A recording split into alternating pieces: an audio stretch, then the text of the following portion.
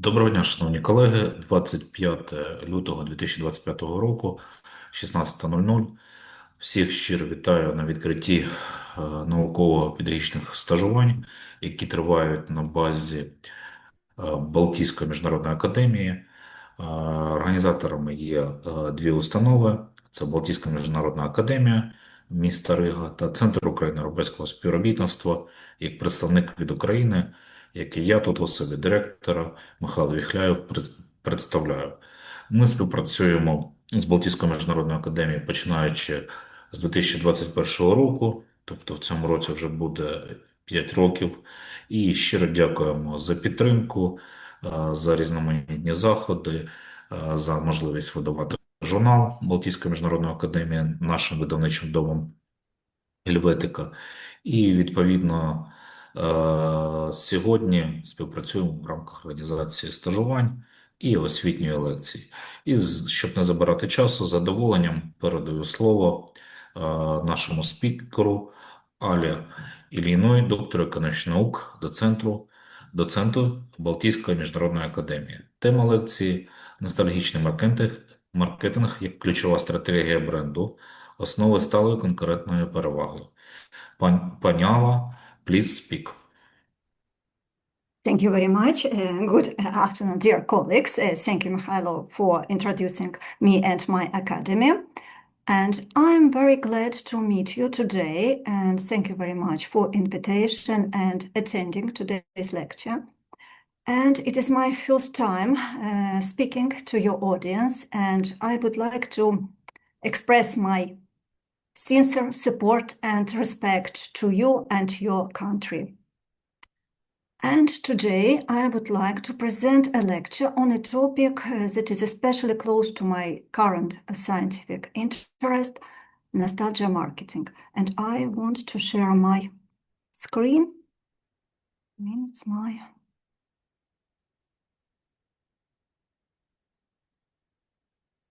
presentation.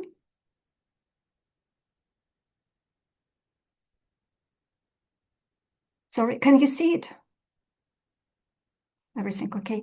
Okay, so, and at first glance, nostalgia may seem like a soft emotional concept, something connected to our memories, sentiment, or even retro aesthetics.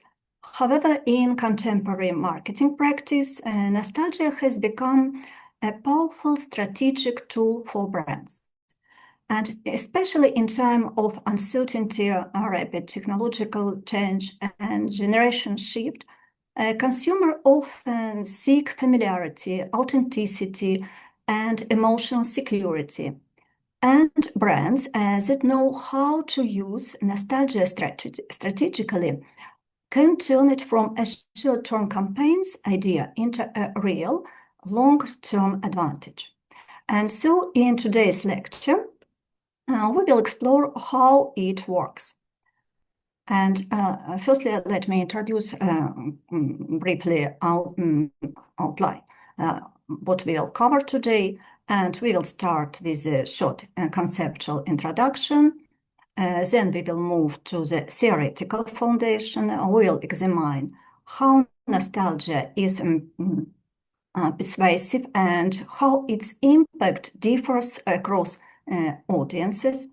Next, we will discuss practical use of nostalgia marketing strategy along with this potential limitation. And after that, we analyze a specific case, Laima, Latvia's most famous and popular chocolate brand. And finally, if you have some questions, I will be happy to answer them. So, and we all know what nostalgia is, and maybe many of you have experienced it at some point. And let me briefly explain how it is understood from a scientific perspective and how it's used in marketing.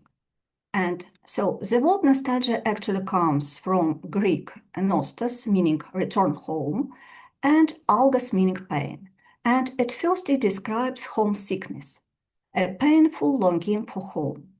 But over time, the meaning changed, and today nostalgia usually means as a warm emotional longing for the past. And as a concept, nostalgia has been studied in many fields like philosophy, sociology, psychology, cultural studies, and some others. And while interpretation differ, most scholars agree that nostalgia is a complex emotional state connected to memory, identity, and personal or collective experience. And the link between nostalgia and consumption began to explore in 1979, and in his book Yearning for Yesterday, sociologist Brad Davis showed that nostalgia can influence the kind of products people choose to buy. And this was an important shift. So nostalgia was no longer seen only as a cultural phenomenon, cultural feeling, but as something that affects consumer behavior. And later, marketing researchers Morris Holbrook and Robert Schindler gave a more consumer-oriented definition. And according to them, they described nostalgia as a preference for objects that were more common when people were younger. And here we can see a very clear progression. It starts with emotions, then shapes consumer preferences, and eventually influence consumption. And the next step is managerial. If consumers respond positively to nostalgic cues, a company can intentionally use them in branding and communication. And this is where we arrive to nostalgia marketing. And according to Pascal, Sprott, and Muelling, nostalgia marketing is using nostalgic association to create positive emotion and strengthen consumers' brand relationship. So we see a logical development. Nostalgia as an emotion, a nostalgic preference shaping consumption, and finally, as a deliberate marketing strategy. And drawing on research by Sedikatz, Weilchat, and others, we can say that nostalgia serves several important psychological functions. And this is explained why nostalgia is so important for marketing. And first function is emotional regulation. And nostalgia helps people manage their feelings.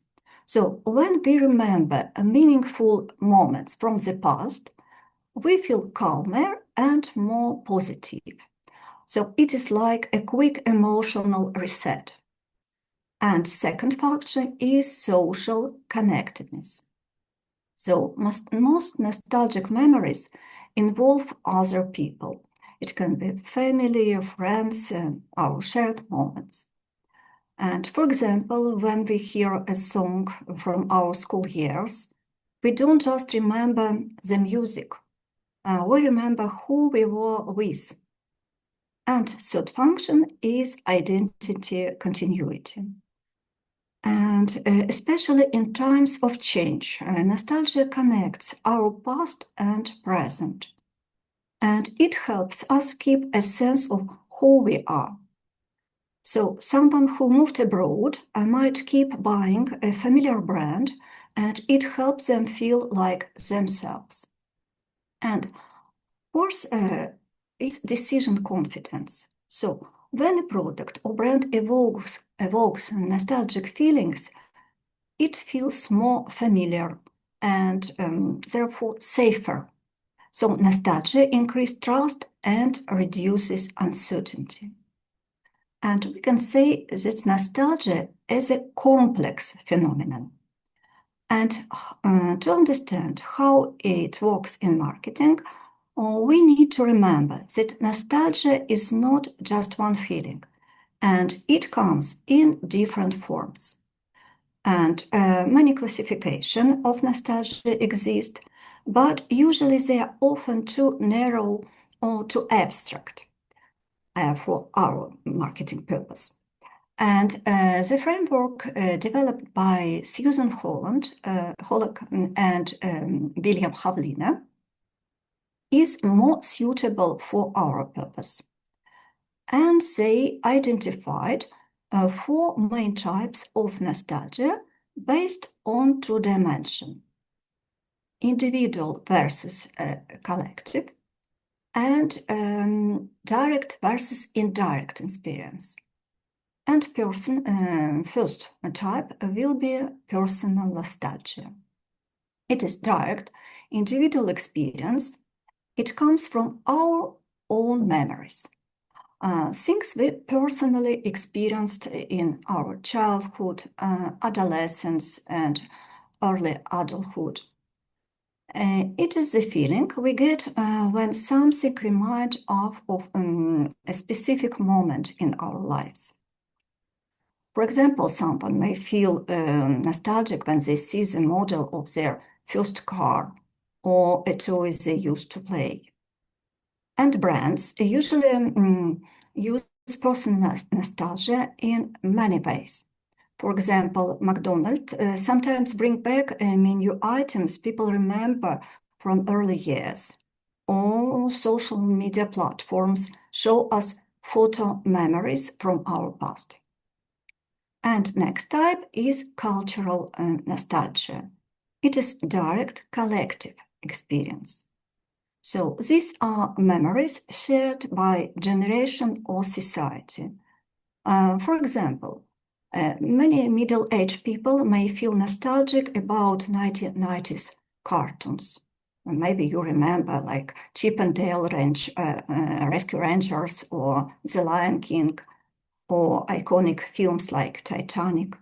So brands use this kind of nostalgia in retro product launches or different vintage collections, like release classic sneakers or game consoles. And one more type is interpersonal nostalgia. It will be indirect individual experience. And this comes from stories told by family or close friends. For example, someone may feel nostalgic about a cafe where their parents met in, or a toy the older siblings loved, even if they never experienced it themselves.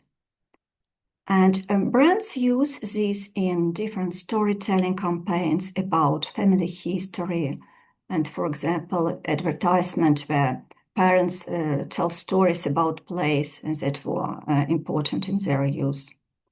And finally, very interesting type is virtual nostalgia. It is indirect collective experience. And this is nostalgia for a time we never lived in, and learned it through different films, media. For example, young people today may feel nostalgic about the 1980s because of shows like Stranger Things, even if they never lived in this era. And understanding these types helps marketers design better strategies, because each kind of nostalgia connects with consumer in a different way. And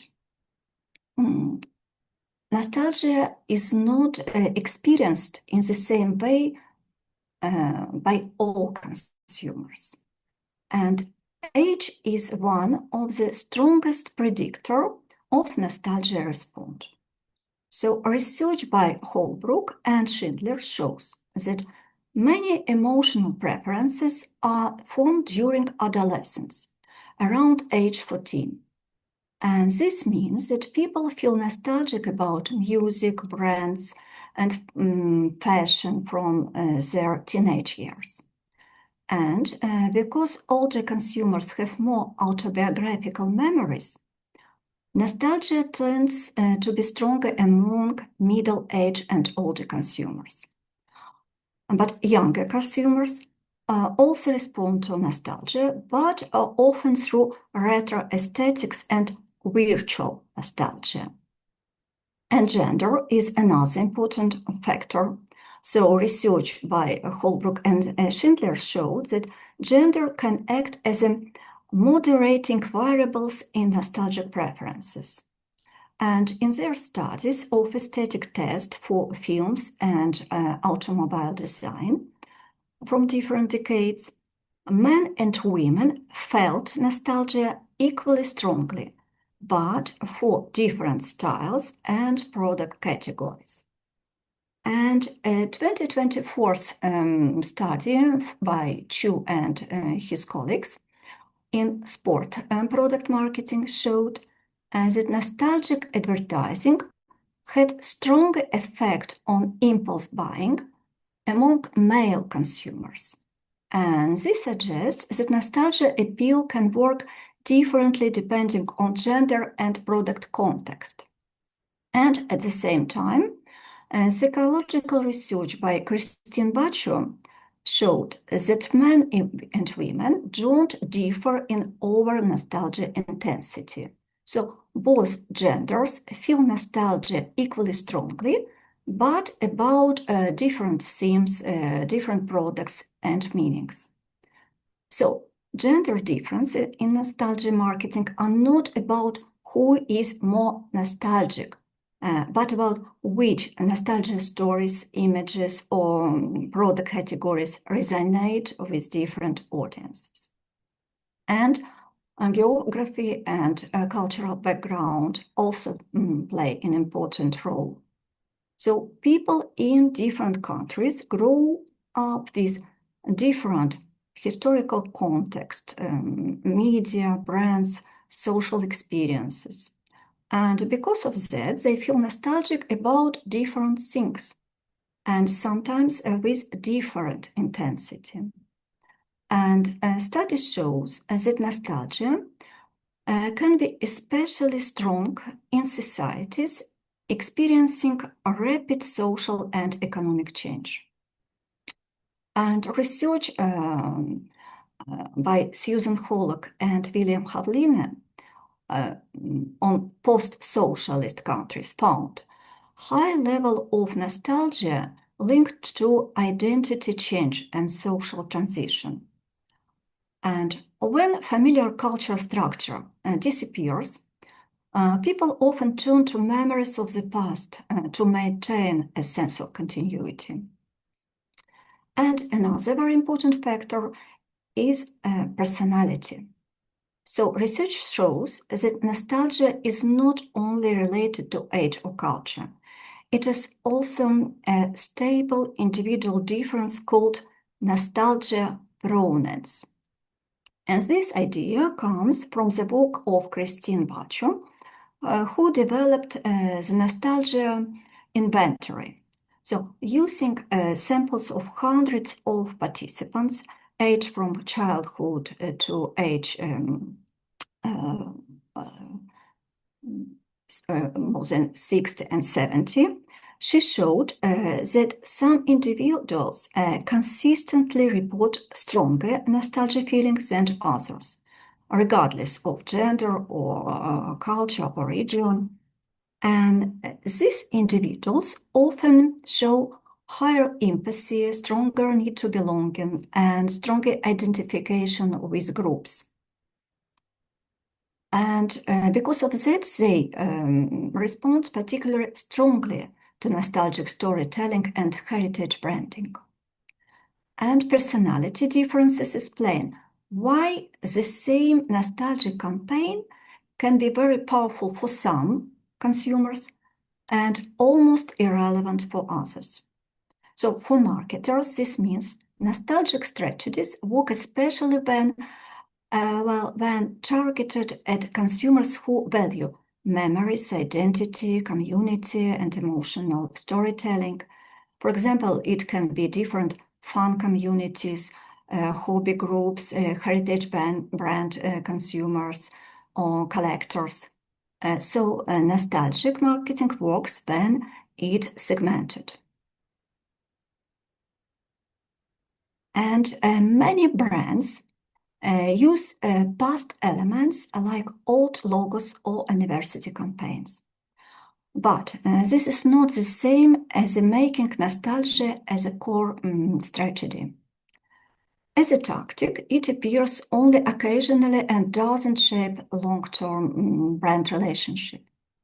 And researchers identifies 4 key dimensions of nostalgia as a central strategy. And first, nostalgia becomes strategic when it shapes emotional positioning. So, research by Sedikits and Wilchat shows that nostalgia strengthens positive affect, identity continuity, and emotional meanings. And brands that build their promise around feeling of familiarity and shared memories create deeper emotional connection with consumers. For example, Coca-Cola repeatedly connects its brand to memories of family gathering and shared celebrations, so the emotional associations become more important than specific product features. And the second dimension is consistency. And nostalgia becomes stronger when brands repeat the same familiar cues over many years. So when consumers see the same music, colors, characters, or slogans again and again, the brand becomes linked to a stable emotional atmosphere. And third, nostalgia becomes strategic through narrative reinterpretation. And Brown, Kazinitz, and Sherry demonstrate that brands can use the past as a cultural resource that interpreted over time. So the same story can be retold in new ways. For example, Disney turns classic cartoons into live action films, connecting parents who remember the originals with children discovering them today. And fourth, nostalgia becomes strategic when it shapes the whole brand ecosystem. So when nostalgia appears across multiple products line and communication channels, it becomes part of how consumers understand the entire brand. And Disney, again, here a good example.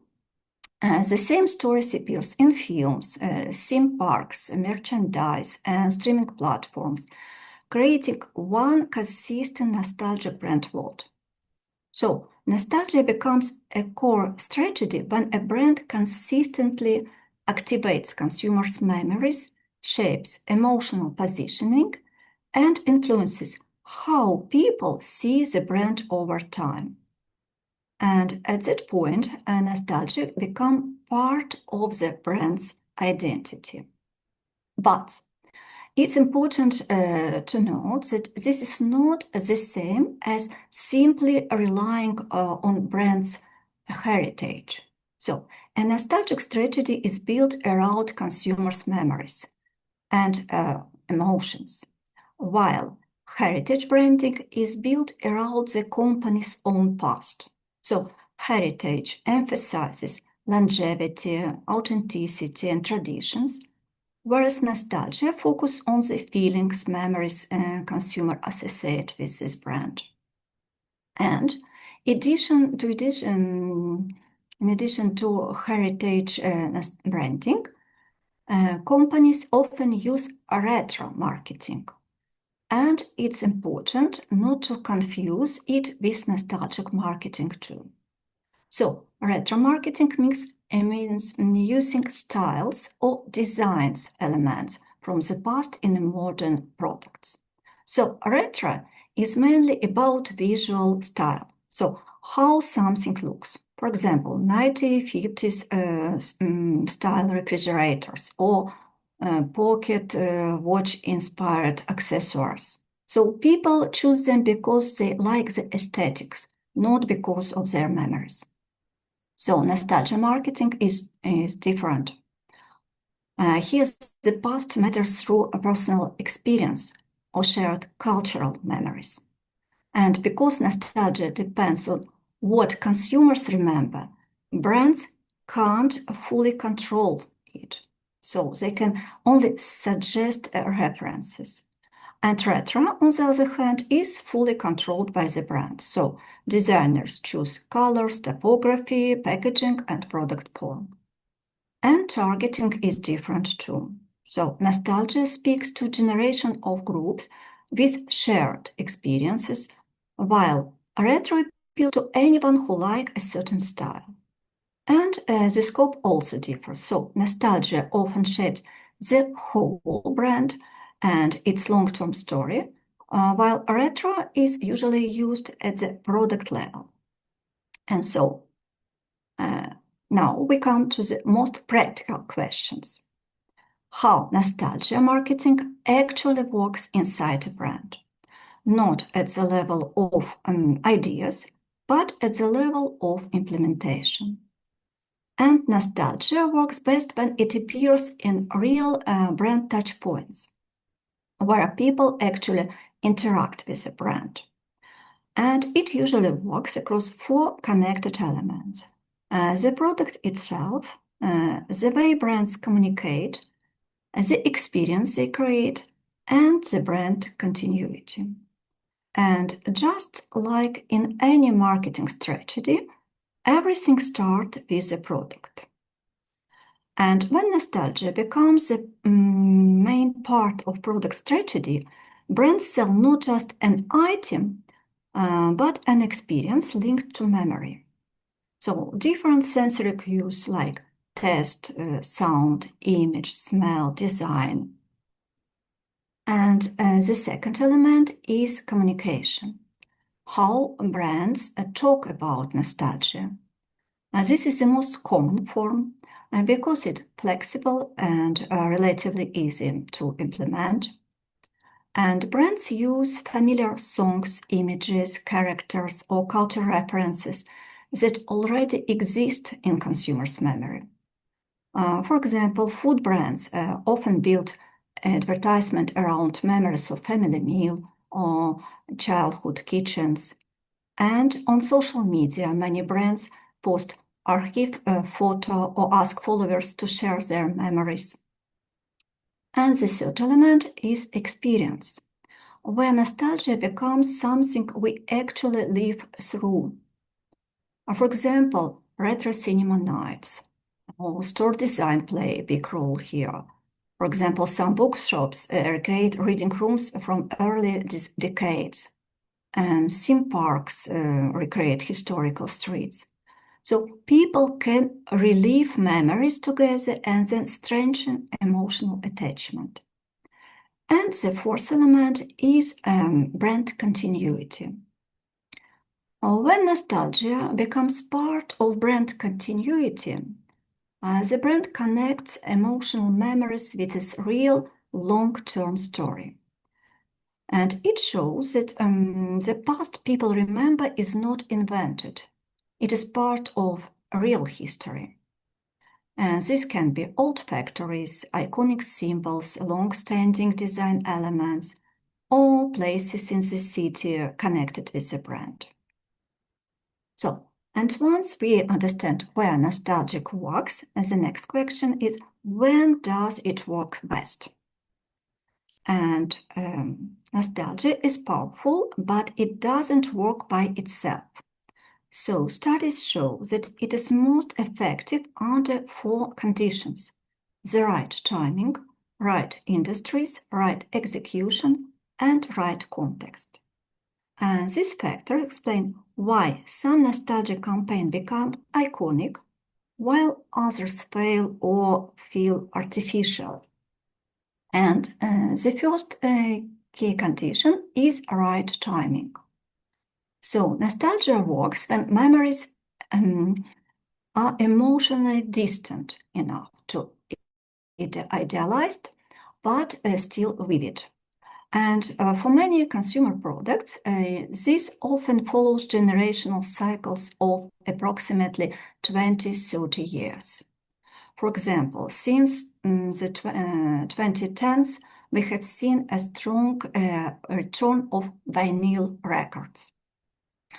And the second is right industries. Nostalgia works best in categories connected with identity and emotional memory. And research by Merchant, Ford, and Rose shows that personal nostalgia strongly influences responses to advertising in areas like music, food, fashion, entertainment, tourism. And in contrast, nostalgia is less effective in industries where consumers expect innovation, modern technology such as fintech, healthcare, security system. And the third condition is right execution. Successful nostalgic strategies combine the feeling of the past with the function of the present. So Brown, Kazinets, and Sherry showed that nostalgic branding works when old meaning are reinterpreted in modern context. And consumers want emotional familiarity but practical convenience. And the fourth condition is right context. As I already mentioned, nostalgia becomes especially powerful during periods of uncertainty and rapid change. And we saw this during the COVID-19 pandemic. So when people rewatched all sitcoms, cooked traditional family recipes, returned to long family household brands. So similarly, during economic crisis, consumers often choose long-established product they associate with reliability. And so, when these conditions align, nostalgia becomes more than decoration. So it becomes a strategic tool that strengthens emotional connection, brand meaning, and long-term loyalty. And while nostalgia marketing is very effective at creating emotional connection, research also shows that it carries several strategic risks that brands need to understand. And first are cultural risks. And nostalgia is closely connected to history and culture because collective nostalgia depends on shared memories. And if brand brings back images linked to sensitive periods or political conflicts, it can cause a negative reaction. And second type is authenticity risk. And Svetlana Boym, in her book The Future of Nostalgia, talks about what she calls restorative nostalgia. So when the past is idealized and simplified. So if brands show a past that feels unrealistic or fake, people quickly notice it. And third is audience risk. The risk is about nostalgia resonating with some audiences, but leaving others out. So not everyone grew up with the same references, and what feels warm and familiar for one group may mean nothing to another. So nostalgia doesn't always evoke the same response. And finally, implementation risks. So nostalgia can create problems if it's used in the wrong way. When branding relies too much on the past, and in this way, innovation may slow down. So, and another risk is product or industry mismatch. So in industries where trust and advanced technology matter, nostalgic design can reduce credibility. So if medical service, for example, looks too vintage, people may feel it outdated. So the key point is this: nostalgia is powerful, but it must be used carefully with cultural sensitivity, authenticity, a clear audience, and balance between past and future. And now let's move to a practical case and see how nostalgia marketing works in real life. And my case is Laima, Latvia's oldest and most recognizable chocolate brand. And I think many of you are familiar with this product. I don't know, can you buy it in Ukraine? No? But now in our No, shops, we can't. you can't? No, don't know? Yeah. And I recommend you very good production. But now in Latvia, in our shops, there are a lot of Ukrainian sweets. And they are very tasty and with lower price. And a few words about the brand itself.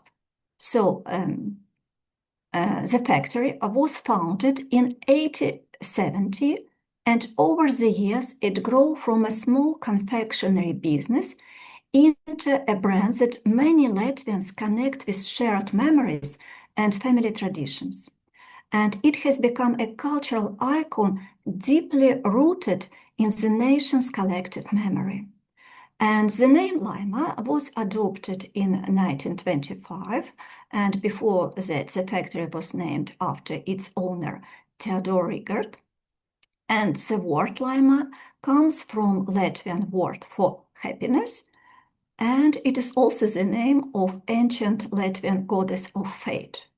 And some foreign consumers associate the name with the famous Latvian singer Laima Vaikule. Maybe you are familiar with this name. And since 2014, Laima has been part of the Norwegian Orkla Group, which owns several confectionery brands in Baltics.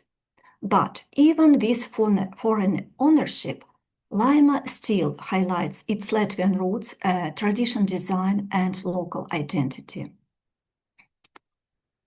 And the brand places a strong emphasis on nostalgia as part of how it develops it and presents its products. And first of all, this is about quality. So Laima highlights tradition, craftsmanship, the use of natural cacao beans, and consistent production standards. And the company often says that while technology changes, the recipe stays the same. And for example, some sweets that were first introduced in the 1920s, 30s, still produced today. And many well-known classics from later decades remain part of the assortment. At the same time, some consumers today say that the sweets don't taste exactly as they remember from their childhood, and the chocolate quality has declined.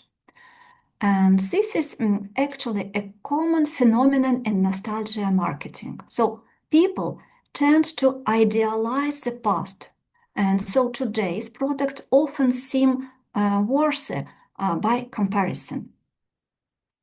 And packaging is another central element of Laima's nostalgic product strategy. So across different periods, its design reflects broader social changes. And on this slide, you can see on the top row examples of Laima's packaging from the 1920s and 1930s.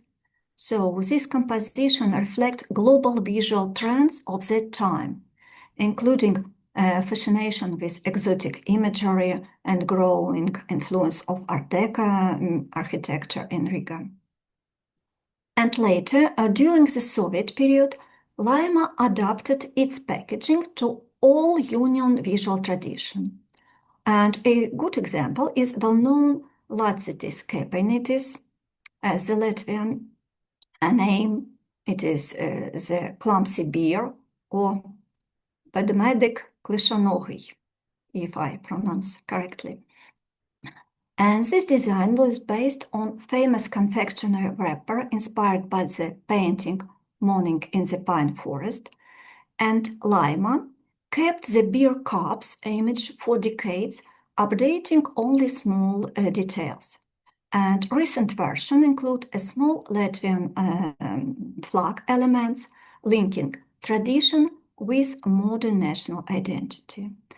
And today, Latvia continue to use retro-inspired design that combines tradition with modern ideas. And one of the most striking examples of nostalgia memory in Lima's packaging is the famous Serenade candy. And these legendary Latvian sweets have been produced in 1937 and are still made today according to their original recipes, which the company says has never been disclosed. And according to a product popular story, the recipe was created by a young confectioner as a declaration of his love. And this romantic legend became part of product identity. And over decades, Serenade turned from just a candy into a small cultural symbol that many Latvians associate with entire memories, celebration, and family gifts. And the packaging clearly shows this continuity. So the original 1937 Serenade wrapper featured a musician on a crescent moon or with stars. In the 1970s, 80s, it was changed to a dark blue design with musical notes, which became one of the Latvia's most recognizable and nostalgic image. And later, a version kept the familiar blue color with small updates, like adding the red Lima logo, and recent gift box and chocolate bars even threw back the original musician motif. So when people see this wrapper today, they don't just recognize a product. They remember a story, a test, and a moment from their own past. And in its communication strategy, Lima focuses on activating nostalgic emotions. And the brand encourages consumers to remember their childhood, family celebration, favorite sweets, and other moments associated with Lima products. And through advertising, social media, PR events, and interactive campaigns, the company tries to turn these memories into a shared emotional experience. And as part of its communication strategy, Lima runs interactive social media campaigns that invite people to share nostalgic memories.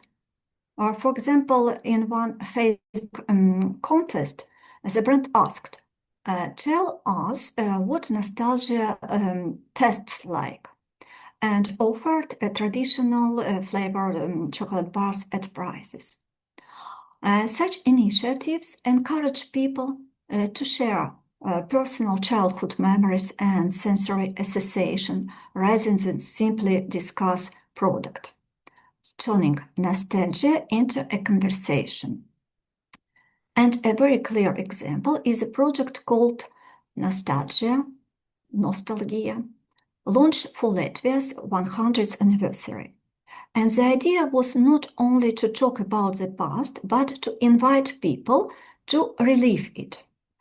And consumers were asked to vote for the historical Lima's candies they would most like to test again. This product representing different decades of the brand's history. And on this slide, you can see pictures of candies from each decade shared on Lima's website and in many media. And as a result of the public vote, two of the most beloved classics, Talisman from the 1920s and Karakums from the mid-20th century, were reissued in 2018. And in its communication strategy, Lima appeals not only to personal nostalgia connected with childhood memories, or favorite sweet, but also to cultural nostalgia. And for example, Lima has used references to a well-known and widely loved film, Love Actually. And I think many of you remember the famous, if you have seen this movie, you remember this scene where Mark Andrew Lincoln stands silently at Juliet's Keira Knightley's doorstep, holding cue cards with written messages. And it is one of the most emotional moments in the film. And for many viewers, it is deeply moving and even brings tears. And when advertisement recreates such a scene, it brings back the emotional people experience when watching it. So feeling of love, Christmas warmth, bittersweet memories. And in this way, the brand combines personal and cultural nostalgia, reminding people not only of early memories of favorite sweets, but also of films, music, and moments that happened then. So this makes the message stronger, because brand becomes part of wider cultural story that already resonate with people. And in Lima's case, nostalgia is created not only through products or communication, but also through real experience. And a good example is the Lima's Chocolate Museum. It opened in 2013 on Mira Street in a historic factory building from 1939, and a place many Riga residents remember warmly because for decades the whole neighborhood, whole area smelled of fresh chocolate. And the museum is interactive. Visitors can join workshops, make their own sweets, and take part in tours and events. And this let people experience the brand in real life, not just through advertising. And another important element of Lima's nostalgia marketing is brand continuity, showing that Lima has been part of daily life for many decades, not only through products, but also through places and symbols in the city. And one of the most powerful examples of this is the famous Lima clock in Riga. And this historical city clock was first installed on the site in 1924.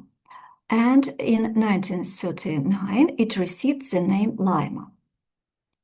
And since then, it has remained one of the most recognizable landmarks in Riga.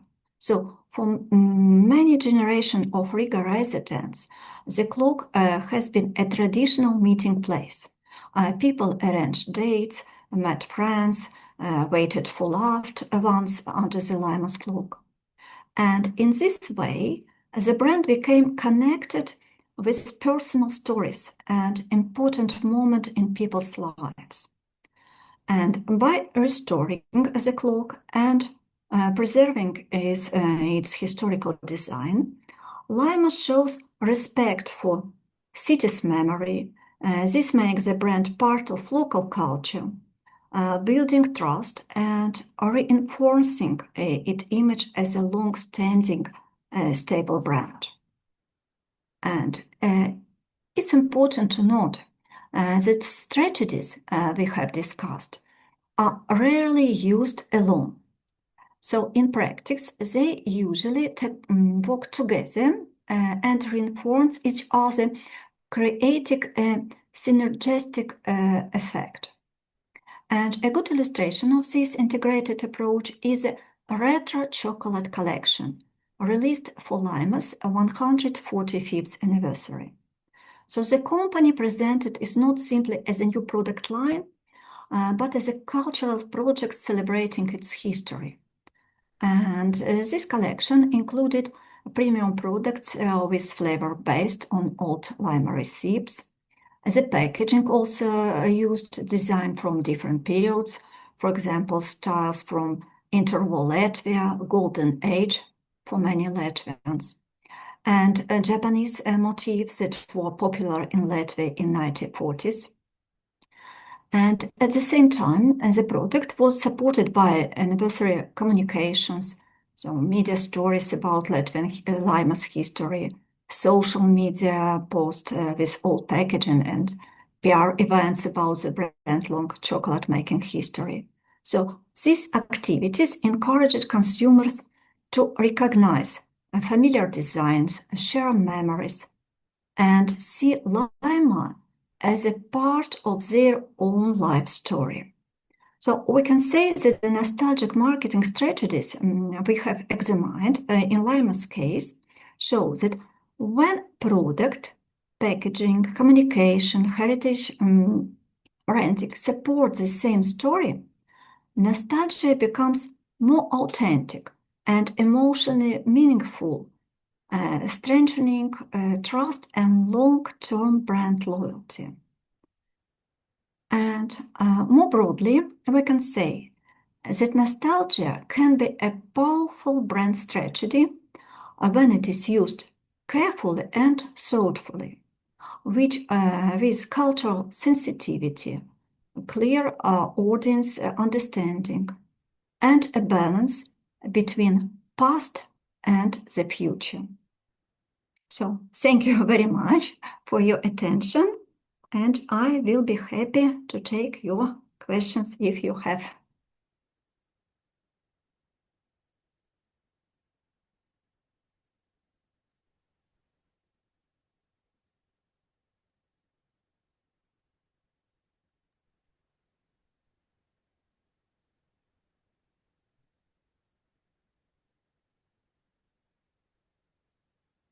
So I don't have a question, but I would like to say a big thank you. We appreciate you for this topic. It was very interesting, and for me, it was a new topic. I wasn't in the theme of the nostalgic marketing, neither in economic, neither in other areas of the industry, but it was very interesting. Thank you. Thank you very much. And I think this topic can be important not only from the scientific point of view, but as consumers. We can understand how marketers work with our past memories and how it influences to buy something.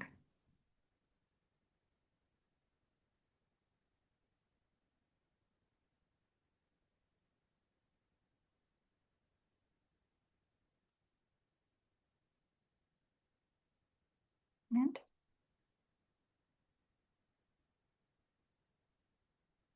maybe you have more questions or comments.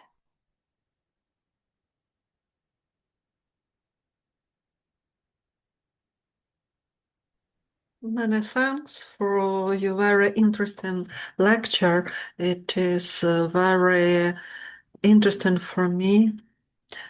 Best regard. Thank you very much. Thank you very much, Olena. And I hope that next time when you will see Lima's product, it will be more interesting for you to test it.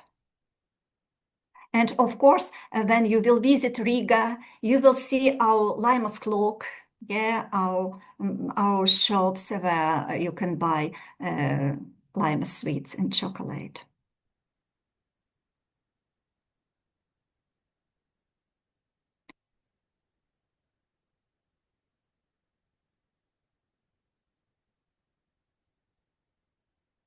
And I see a message in our chat. So Natalia, thank you very much. So very, very warm words, and it's very, I appreciate it. Thank you very much. Thank you.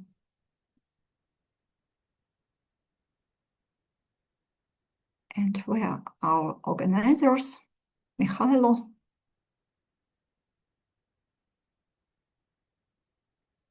And dear colleagues, now you're all in Ukraine or in different countries? Ukraine. All in Ukraine, yeah? And I see, and connection is good, yeah? Sometimes better, sometimes worse, but now it's okay. Mhm. In Kyiv, now it's okay. Yeah, because I was afraid that something will be wrong with connection when I try to communicate with my friend in Odessa. Sometimes very, very difficult to communicate. Yes, there are moments, of course, when it's impossible just have the connection with the different parts of our country, but sometimes it's stable, plus minus stable as well. Okay. And of course, it depends on the territory where we are. Of course, when it's on the south or in Poltava, those regions, of course, it's harder to communicate and there are bigger problems. Of course. Depends on. I think we can finish for today if you haven't questions. So thank you very much for your participation. And it was very nice to meet you here. As well. Thank you. Thank you. Thank you. Thank Bye you. bye. Thank you. Have a nice day. Thank you very much, participants, for Alla. Thank you. Bye-bye. Thank you, Mihaela. Thank you very much. Have a nice day too. Thank you.